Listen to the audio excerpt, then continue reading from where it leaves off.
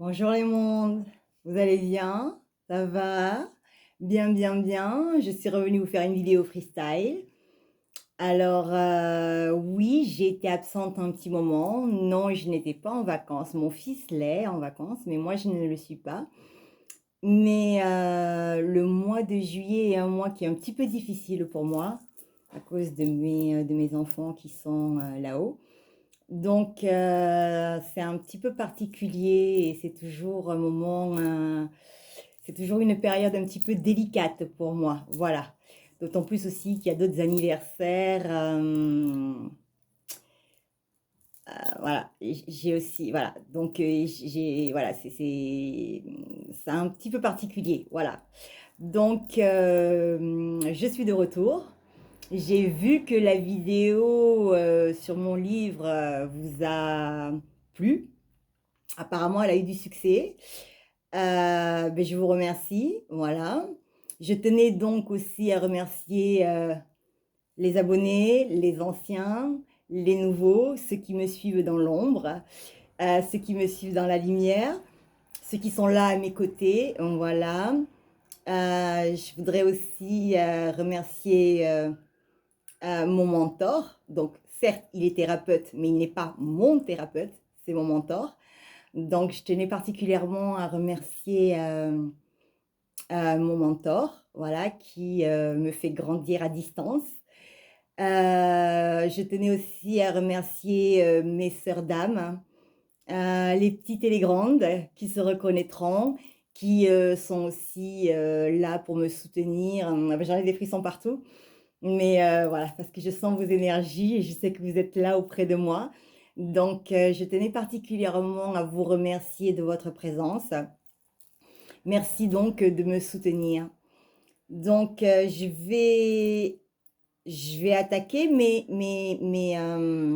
je tenais aussi à vous dire que lorsque je fais des vidéos, d'accord, vous êtes trop nombreux pour que je sache à qui les messages s'adressent, d'accord? Donc, ne prenez pas systématiquement tout pour vous, hein. Le discernement, c'est quand même ce qu'il y a de plus important, donc de garder votre libre arbitre et votre bon discernement. Donc, on n'est pas tous devins, on n'est pas tous divins, même si on a tous une part de divinité en nous, comme j'aime à le dire.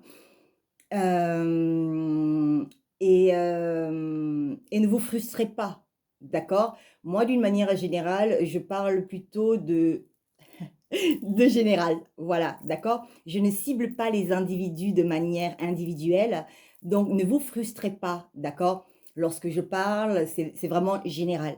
Ensuite, ne pensez pas que je suis en colère contre vous, je suis en colère contre l'ombre et contre les actions de l'ombre ou contre les mauvaises actions. Donc forcément, comme je suis très empathe, je sens les énergies, vous le savez, hein, puisque je travaille avec les énergies.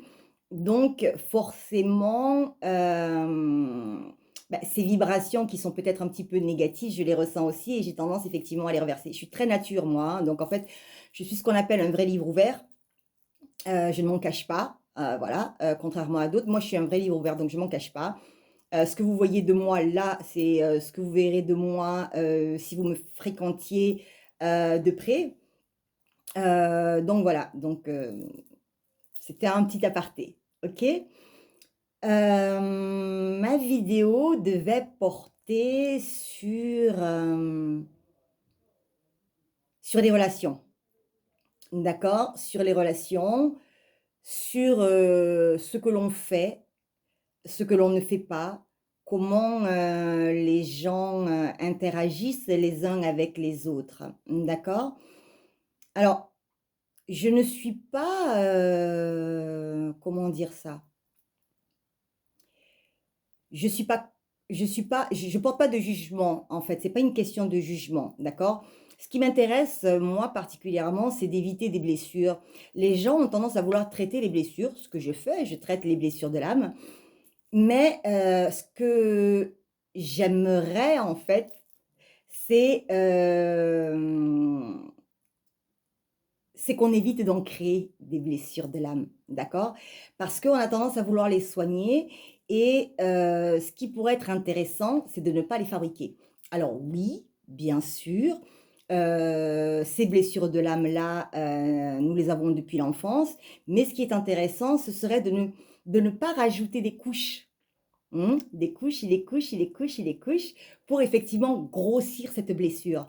Parce que plus cette blessure elle est grosse et plus c'est difficile effectivement de l'épurer, d'accord? De la transmuter. Donc je voudrais faire appel à la conscience avec un grand C, le C majuscule, d'accord? Et je pense que nous sommes tous perfectibles, moi la première. Et on commet tous des erreurs et ça, c'est pas le sujet, c'est pas le problème de commettre des erreurs. Par contre, ce qui pourrait être intéressant, ce serait de faire les choses proprement, d'accord? Sur une des dernières vidéos, donc je m'étais un petit peu emportée, sur mes relations passées. Je n'ai pas de jugement à avoir, c'est pas le fond qui m'a dérangée, en fait, c'est la forme. Je ne je considère en fait que si un individu pense qu'il est mieux ailleurs, qu'il y aille, hein, d'accord. Moi, je cherche ma moitié, ma vraie moitié, mon alter ego, celui avec qui je vais évoluer. Mais je pense que comme tout un chacun, je veux dire, si votre partenaire se sent mal avec la personne s'il se sent mal avec vous, enfin, et qu'il est plus heureux ailleurs, laissez-le partir, hein, d'accord? Il y a aucun intérêt à aller, attraper ou essayer de conserver quelque chose, ou quelqu'un, si effectivement cette personne n'a pas envie d'être avec vous. Maintenant, ce qu'il y a, c'est qu'effectivement, quand on prend ce genre d'acte, on peut le faire de manière propre. C'est-à-dire que vous voyez quelqu'un qui vous plaît, vous êtes avec une autre personne, vous voyez vraiment qu'effectivement vous avez un intérêt particulier pour cette personne. Soyez honnête, voyez votre partenaire, dites-lui les choses clairement, proprement, mettez un terme à cette relation, quelle qu'en soit la difficulté, parce qu'effectivement ce ne sont pas des choses faciles à, ce ne sont pas des choses faciles à faire, je le conçois, mais c'est quand même beaucoup plus propre et c'est quand même beaucoup moins blessant, en fait, de dire les choses telles qu'elles sont, même si effectivement elles ne font pas plaisir. Moi, je pars du principe que il vaut mieux une vérité qu'un gros mensonge, d'accord? Et au moins, bah, les gens peuvent se reconstruire derrière et peuvent passer à autre chose. Les maintenir dans un système d'attente, les mettre dans un bocal, hein, il y avait le petit machin cookie, là, je sais plus comment on avait, j'avais vu ça quelque part, les fameux boîtes à cookies, voilà, où on ferme la boîte, on la met de côté, et puis on se dit, oh, on sait jamais si ça marche pas là, et j'y retourne. Non, les gars, faites les choses proprement. Non, les nanas, faites les choses proprement. D'accord, les mondes? C'est pas une question de, on a le droit de changer d'avis, on a le droit de ne plus être en accord avec une personne, on a le droit de vouloir, de vouloir fonctionner différemment, de se trouver dans des niveaux énergétiques différents qui font qu'effectivement nous sommes attirés vers autre chose, ce qui nous permet aussi d'évoluer, et tout est juste. Maintenant, c'est une question de propreté, je vais dire, d'accord? Et de loyauté, parce que normalement, la première personne vis-à-vis de qui vous devriez être loyal, c'est pas la nouvelle personne que vous avez rencontrée, c'est la personne avec qui vous étiez, d'accord? Je me rappelle d'une petite anecdote. Alors moi, je parle des anecdotes parce que j'aime bien donner des exemples. J'ai un ex à moi qui s'est présenté et qui était en relation avec une partenaire, hein, qui était en relation avec une partenaire. Et alors, je sais pas si ça allait, je sais pas si ça allait pas, et à la limite, c'est pas mon problème. Et cette personne est venue en anguille pour essayer effectivement de me récupérer et l'a fait dans le dos de sa partenaire. Ok? J'ai pas trouvé ça correct. Ça ne veut pas dire que je ne voulais pas de cette personne, mais je n'ai pas trouvé sa démarche correcte. Qu'est-ce que j'ai fait? j'aide de manière détournée, j'allais dire sournoise, mais j'aide de manière détournée, prévenu sa petite amie du moment, d'accord? Et je l'ai mis en alerte. Je l'ai mis en alerte, pas en lui disant, voilà, mais je l'ai mise en alerte de telle sorte qu'effectivement, elle soit attentive à son partenaire. Pourquoi? Parce que si moi, on venait me le faire, je n'apprécierais pas. D'accord?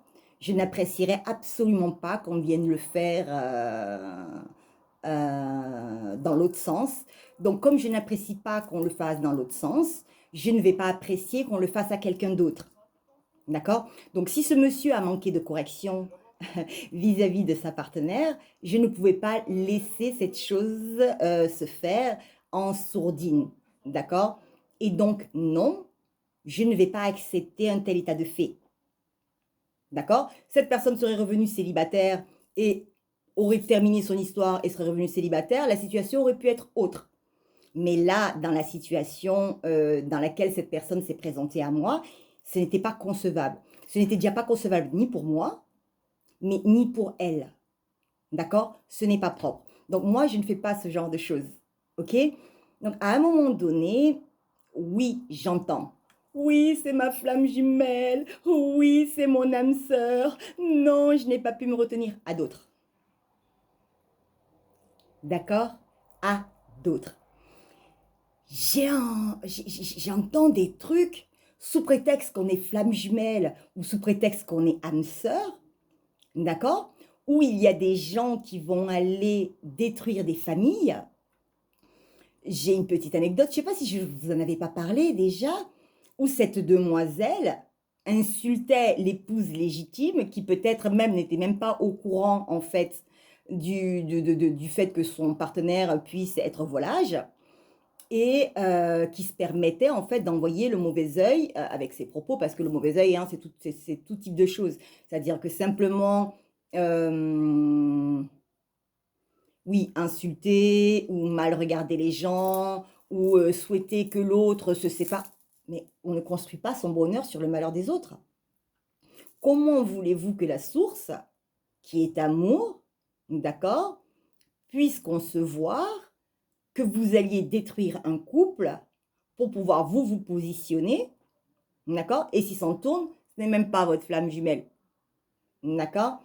Ce qui me tracasse un peu plus, moi, c'est la libido, d'accord? C'est-à-dire que la non-maîtrise effectivement de sa propre sexualité et l'amour. Et les gens, en fait, ont du mal à faire la différence entre un sentiment réel et une pulsion sexuelle, en fait.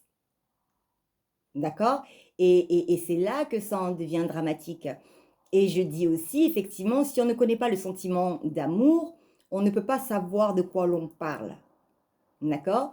Il y a des gens qui ne connaissent pas l'amour, qui ne savent pas ce que c'est, qui ont l'impression de l'avoir découvert, mais qui ne savent pas aimer ou qui ne savent pas réellement ce qu'implique le sentiment d'aimer. Ça vous paraît peut-être paradoxal, mais c'est vrai. D'accord? Je vais vous donner un exemple différent. Je disais, vous avez deux enfants.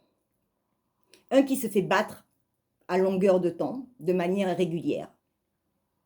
Et un qu'on ne tape jamais. D'accord? Cet enfant qu'on ne tape jamais se prend une gifle par l'un de ses parents. D'accord? Cet enfant-là va appeler SOS enfant battu pour vous dire « Oui, je suis maltraité, on m'a tapé ». Mais l'enfant qui a réellement besoin d'appeler SOS enfant battu, qui se fait battre tous les jours, il ne va pas appeler SOS enfant battu. D'accord? Pourtant, c'est lui qui aurait besoin effectivement de cette aide-là et qu'effectivement des services sociaux se mettent à faire des enquêtes ou se mettent à venir le mettre sous protection. D'accord? Parce qu'il est dedans. Il est dedans. Donc, il est déjà dans la violence, il vit avec la violence et donc du coup, sa notion de violence est complètement dénaturée. D'accord? Et pour l'autre aussi, elle est dénaturée. D'accord? Parce que si on le met en comparaison avec cet enfant qui se fait battre tous les jours, ce n'est pas un enfant battu. D'accord? OK, il a pris une gifle, peut-être que le parent a été excédé et il lui a mis une gifle. On ne tape pas les enfants, hein? OK, bon. Mais peut-être que le parent a été excédé et que voilà, il a passé une mauvaise journée, que malheureusement, voilà, un truc de trop et puis il a perdu patience et c'est parti. D'accord? Mais cet enfant-là, donc sa notion aussi de maltraitance, elle est tronquée. OK? Parce que le vrai enfant qui est maltraité, en fait, c'est lui qui devrait appeler SOS enfant battu. Donc à un moment donné, ce que je dis, c'est que c'est, c'est un petit peu la même chose avec le sentiment d'amour, d'accord? On peut penser qu'on est aimé, on peut penser que l'on aime, mais si on n'a pas réellement, d'accord, de notion de ce qu'on appelle ce sentiment pur et profond de l'amour, eh bien, on peut s'y perdre, ok? On peut s'y perdre. D'autant plus que avec les générations, de plus en plus, je veux dire, les enfants, oh, il y a moins de câlins, il y a moins de ceci, il y a moins de cela. Alors on achète beaucoup, hein, c'est-à-dire que, aujourd'hui, effectivement, acheter remplace aimer, d'accord? Donc en fait, on achète l'amour des enfants. «Ah, qu'est-ce que tu veux? Qu'est-ce que tu veux? Voilà. Donc effectivement, on fait des cadeaux, mais on oublie de faire des câlins, d'accord? Et à un petit enfant, à qui on a dit, «Ne me fais plus de câlins, fais-moi une bise». J'ai été choquée, d'accord? D'autant plus que, la première chose, c'est le sentiment d'amour et comment peut-on dire à un enfant de ne pas venir faire des câlins à un adulte, même si effectivement, famille recomposée, même si effectivement on n'est pas le géniteur ou la génitrice de l'enfant, d'accord? À un moment donné, je veux dire, c'est ce qui crée, c'est ce qui fabrique la stabilité d'un enfant, d'accord? C'est ce sentiment d'être aimé, d'être choyé et c'est ce qui permet à cet enfant-là, en grandissant, d'être stable. Moi, je n'ai pas été élevée par ma mère. J'étais, donc en fait, comme je vous l'avais dit, on je me suis retrouvée en Afrique à l'âge de 11 ans. 10 11 ans. Ma mère est repartie en France, j'en avais 12.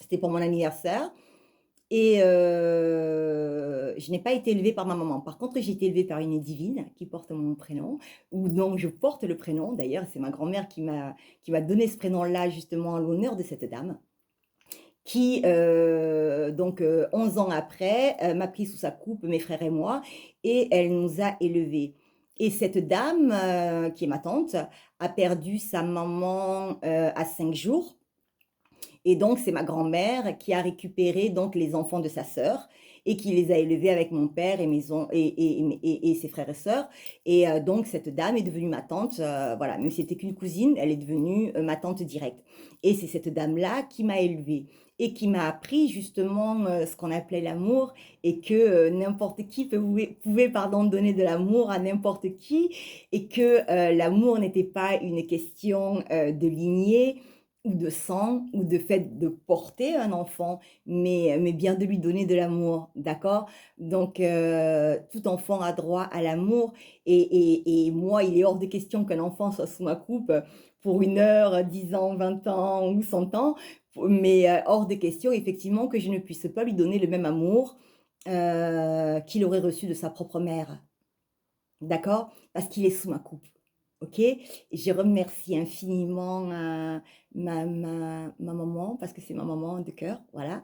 Je la remercie infiniment effectivement pour l'éducation qu'elle m'a donnée parce qu'elle m'a inculqué de magnifiques valeurs, d'accord? Elle était musulmane, elle a fait toute sa scolarité chez des bonnes sœurs, donc c'était très cocasse et c'est pareil pour la prière, c'est-à-dire qu'elle dit et elle a toujours dit: «Ce n'est pas la méthodologie, ce n'est pas la religion que l'on utilise pour prier qui fait effectivement que la prière est exaucée, c'est le fait de le faire avec le cœur». D'accord? Donc quand tout vient du cœur et c'est pareil dans les relations de couple, c'est-à-dire qu'on a droit de se séparer.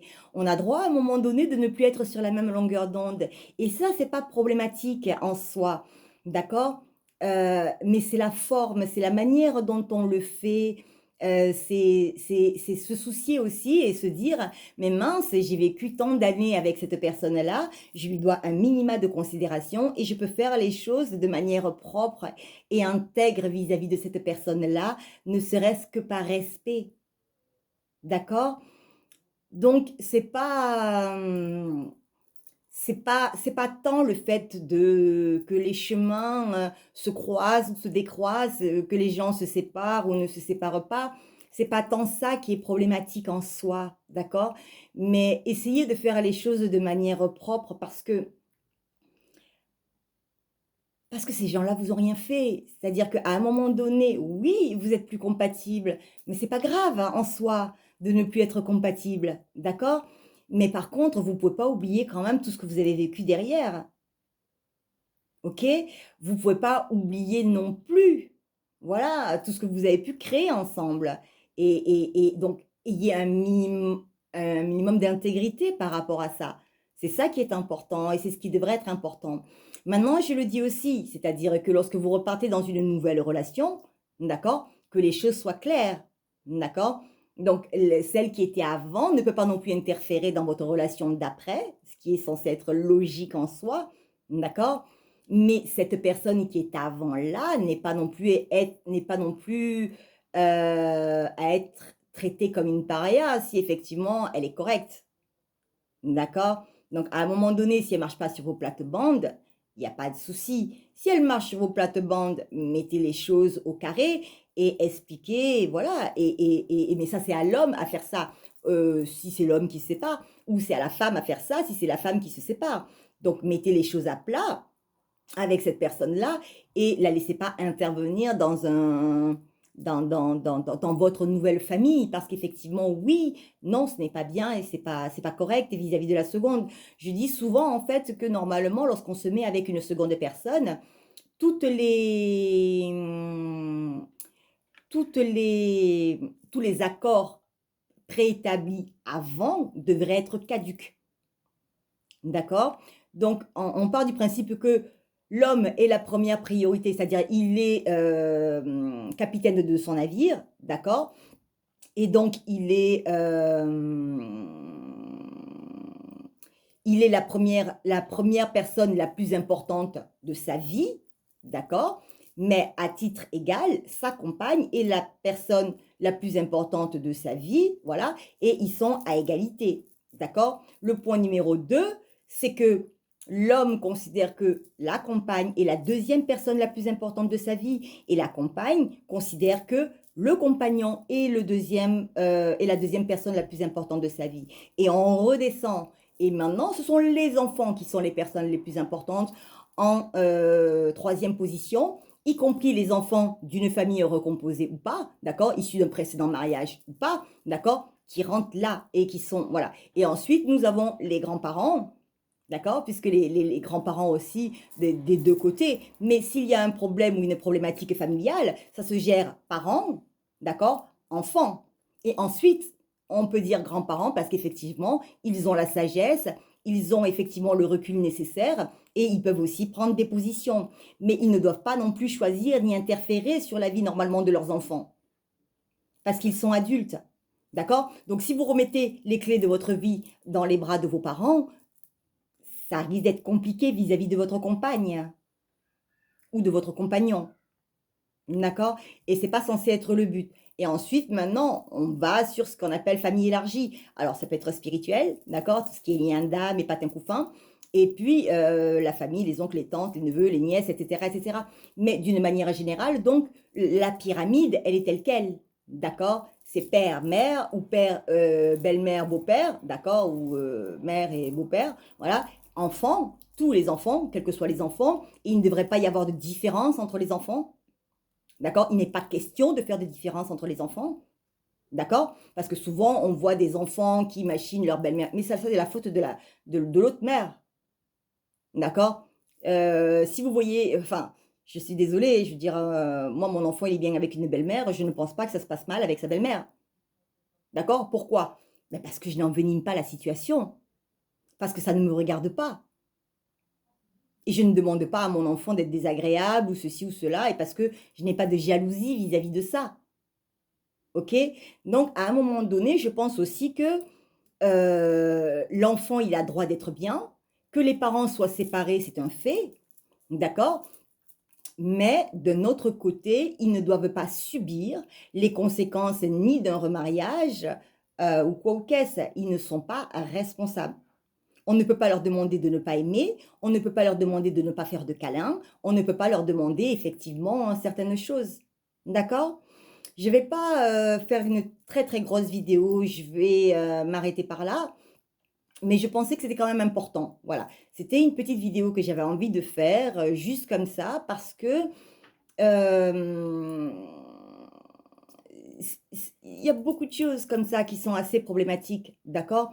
N'oubliez pas non plus que quand vous avez fait un enfant avec quelqu'un, vous avez ce qu'on appelle un lien énergétique avec cette personne de par rapport à l'enfant, d'accord? Donc si vous salissez votre compagnon ou si vous salissez votre ancienne compagne, d'accord? L'enfant empathie de manière énergétique, OK? Et donc la première personne à qui vous faites du mal, c'est à votre propre progéniture. OK? Il faut le savoir. D'accord? C'est important. Alors, lâchez, laissez les choses. D'accord? Si l'enfant s'entend très bien avec sa belle-mère, Dieu merci, que demande le peuple?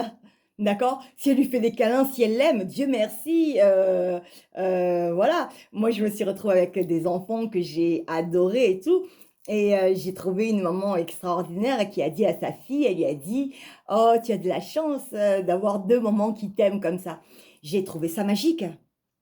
C'était rare, hein, enfin, c'est la l'une des premières, enfin voilà, c'est rare et j'ai trouvé ça extraordinaire. J'en ai des frissons, d'accord? J'ai trouvé ça extraordinaire parce qu'effectivement, elle a eu l'intelligence, effectivement, de voir que, ben non, cet enfant-là, je l'aimais comme la mienne et que en fait, beh, quand je la grondais ou quand je lui donnais des choses ou quand je lui disais des choses, c'était juste pour la faire grandir et non pas effectivement pour la brimer ou parce que j'ai joué la marâtre. D'accord? Mais l'attitude que j'avais était l'attitude que j'aurais eue exactement avec mon propre enfant. D'accord? Donc voilà, soyez heureux et puis, arrêtez de casser du sucre sur ce qui est passé. Ce qui est passé et ce qui est passé, ce qui est fait n'est plus à faire. D'accord? Passez à autre chose et laissez les gens tranquilles. D'accord? Ça sert à rien, surtout quand on vous embête pas. D'accord? Bon, sur ce, les mondes, je vous aime tous, je vous kiffe. Je vais vous en faire une autre un petit peu différente parce que j'ai plein de choses à vous dire. Mais bon, voilà. Pour ceux qui sont en vacances, j'espère que vous passez de bonnes vacances. D'accord? Et profitez effectivement de la mer pour vous laver, pour demander effectivement à Dame Nature, à la source, effectivement, d'épurer un petit peu, voilà, hein, ce que les gens auraient pu vous mettre dessus, le sel de mer, hein. Voilà, c'est fabuleux pour ça. Et prenez un petit peu de temps pour vous retrouver en solitaire, pour méditer, pour regarder les étoiles, la Voie lactée. Moi, hier, j'étais couchée, bon, ça fait quelques jours que je le fais, à regarder, les étoiles. J'ai vu quelques étoiles filantes d'ailleurs. C'est la nuit, c'est la pluie des étoiles filantes, hein, donc là, on est en pleine période, donc c'est juillet-août. Donc j'ai vu quelques petites étoiles, j'ai vu une comète, enfin, ça ressemblait à une comète tellement elle était grosse, l'étoile filante. J'ai dit: «Waouh! Magique, magnifique». Et la Voie lactée était superbe, voilà, donc on a l'opportunité effectivement de se reconnecter un petit peu avec la source et puis je dis que chaque étoile, c'est un petit peu comme le roi lion, d'accord? Il y a un ancien à chaque fois, qui se trouve derrière une étoile et donc quand moi je regarde les étoiles, c'est comme si je regardais ma lignée, c'est comme si je regardais les anciens, c'est comme si je regardais tous les êtres qui ont peuplé cette terre, bien avant moi et je me dis que, voilà, en faisant un vœu à une étoile filante, elle est plus près de la source et qu'elle l'apportera plus rapidement que moi. Mais bon, voilà, ça n'empêche pas que je fais mes prières tout le temps et que je sais que le divin est auprès de moi, mon mari aussi et j'en ai d'autres aussi, Marie-Madeleine, Jésus et les maîtres ascensionnés, d'accord? J'ai voilà et puis j'ai beaucoup d'anges autour de moi et je les en remercie aussi parce qu'effectivement, phénix, hein, moi je renais toujours de mes cendres, Donc, même si je m'effondre un petit peu, à des moments donnés parce qu'effectivement c'est la vie et parce que ma vie n'est pas plus facile que la vôtre, d'accord? Elle est, parfois tout aussi difficile, mais voilà, c'est comme ça. Je veux dire, ce sont les aléas de la vie et apparemment, moi, ça fait 49 ans que ça dure, donc à un moment donné, j'en ai pris mon parti et voilà, donc soyez heureux, aimez-vous. Moi, ce que j'ai envie, c'est que vous vous aimiez, d'accord? Moi, ce que j'aimerais, c'est que je où que je pose mon regard, je vois des gens heureux, d'accord? Donc relativisez, d'accord? Relativisez un petit peu avec la dureté de la vie, relativisez avec les choses. Je sais qu'il y en a qui n'ont pas beaucoup d'argent pour partir en vacances, mais on peut faire plein de choses sans argent. On peut marcher, on peut se balader, on peut faire quand même des petits pique-niques, on peut sortir les enfants, on peut aller jouer au ballon, on peut jouer à la pétanque. Ouais, bah, ok, je suis pas une Marseillaise, mais nous on joue à la pétanque par ici. On est en Aveyron, mais c'est pas loin. Donc, il y a plein de choses, sortir un ballon, enfin n'importe quoi, faire du vélo, il y a plein de choses, d'accord? Donc, pas besoin d'avoir beaucoup d'argent, ok? Moi, je me rappelle lorsqu'on était petit, on coupait des bambous et on allait, non, c'était du roseau, pas du bambou, c'était du roseau. Je sais même pas si à l'époque il y avait du bambou. C'était du roseau, on prenait des ficelles, on se fabriquait des hameçons et puis on allait pêcher au lac, d'accord? On n'attrapait pas de poissons, mais on avait passé une superbe après-midi. Puis, est-ce que c'était le but de pêcher du poisson? D'accord? Donc, je veux dire, on peut faire plein de choses avec les enfants. On peut aller dans la nature, on peut aller chercher des feuilles, des glands, des machins, et leur apprendre plein de choses sur la nature. On peut regarder les animaux et leur apprendre plein de choses. Ah, la dernière fois, j'ai trouvé petit scarabée et tout, donc j'ai eu peur qu'ils se fassent, parce qu'ils étaient en train de tondre autour de chez moi et tout. Et je l'ai vu sur la route, je l'ai pris, je suis partie l'amener loin, loin, loin, loin dans l'herbe. Et puis je vois une maman qui passe, qui est une de mes voisines et tout. Et puis je dis au petit, tiens, regarde, je te fais un petit cours de sciences naturelles. Et donc, du coup, je lui ai montré le scarabée et tout, voilà. Donc, on n'a pas besoin de grand-chose, d'accord? On n'a pas besoin de grand-chose pour être heureux. On n'a pas besoin de grand-chose, effectivement, pour faire participer les enfants. Et ce qui est important, c'est ce qui vient du cœur. Alors, aimez-vous les uns les autres, d'accord? Moi, j'aime, oui, le cœur avec les anges, d'accord? Aimez-vous les uns les autres, d'accord? Et voilà, d'accord? Donc, je vous kiffe, je vous aime, je vous dis à très bientôt et portez-vous bien, les mondes, je vous aime et merci d'être là, toujours pour moi, merci de me soutenir, même si vous laissez pas beaucoup de messages, je sais, voilà, j'en ai un MP, voilà. Et puis, merci aussi pour vos soins énergétiques et merci aussi pour la confiance que vous mettez en moi. Voilà, c'est vrai aussi que j'ai pas mal de personnes d'un certain âge qui sont pas très ordinateurs et tout, qui peuvent pas venir laisser des posts, mais c'est pas grave, ça n'enlève rien à mon travail et voilà, ça n'enlève rien à ce que je fais ni voilà. Donc merci à tous qui me font confiance, voilà, à ceux qui n'osent pas aussi, qui peuvent mais qui n'osent pas le faire parce que c'est toujours un petit peu particulier. Mais je vous aime, je vous kiffe et voilà quoi, portez-vous bien, passez de bonnes vacances pour ceux qui peuvent. Pour ceux qui ne peuvent pas, amusez-vous du mieux que vous pouvez et portez-vous bien, d'accord? L'important, c'est d'être heureux et en bonne santé, d'accord? Et de garder la foi. Il n'y a que ça de vrai. Je vous aime les mondes, je vous aime fort. À très très bientôt. Bisous.